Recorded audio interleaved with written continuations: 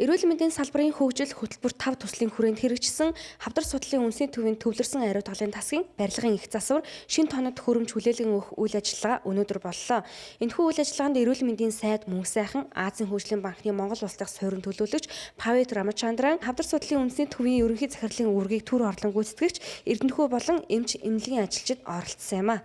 Эрүүл мэндийн эмнэлгийн байгууллагууд дээр тулгамддаг асуудал бол энэ гол ариутгахлын асуудлууд байна. Нэгдүгээр хүчин чадлын асуудал, хоёрдугаар орчин нөхцөлийн асуудлууд байдаг. Тэгэхээр хичнээн бид одоо мэдслийн багаж тоног төхөөрөмж хэрэгслээ нэмээд хүчин чадлаа нэмэгдүүлсэн хэдий ч бид нар хэрвээ ариутгахлын хүчин чадал маань муу бол бид нар одоо ард иргэдэд хүрэх тусламж үйлчилгээгээ өсөө сайжруулах, хүртээмжтэй болгох юм боломж байдаггүй учраас одоо энэ ариутгал халдваргүйтгэлийн энэ дасаг нэгж бол туйлын чухал юм байна. Тэгэхээр бид нар энэ ариутгал халдваргүйтгэл маань бүхэл хэсгийг дагаад өргөжин тэлж явж иж эмнэлгийн тусламж үйлчлэгийн хүртээмж нь сайжирдаг.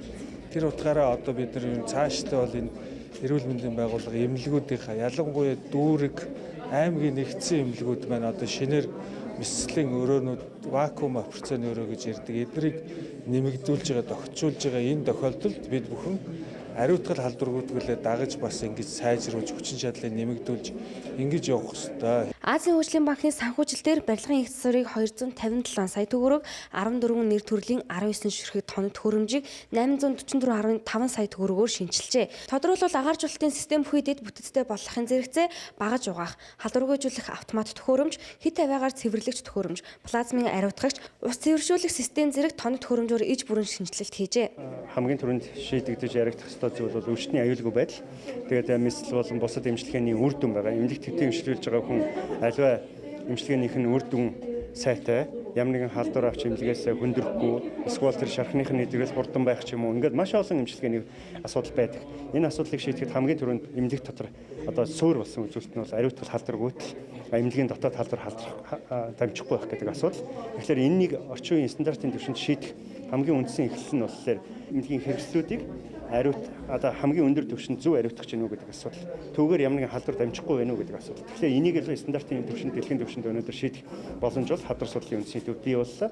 Азийн хөгжлийн банк, Монгол Улсын эрүүл мэндийн яамны дэмжлэгтэйгээр өнөөдөр орчин үеийн стандартын түвшинд ийм ариутгахлын нэгдсэн тасаг орж байгаад бол бид бүхэн баяртай байна. Энэ нь бол урсгалын хувьд одоо сая хэллээ орчин үеийн гэдэг шиг бүх яг цэвэр урсгал, бохир урсгал гэдэг бүх зүйлүүд нь байдаг. Хяналт тавих болцоотой.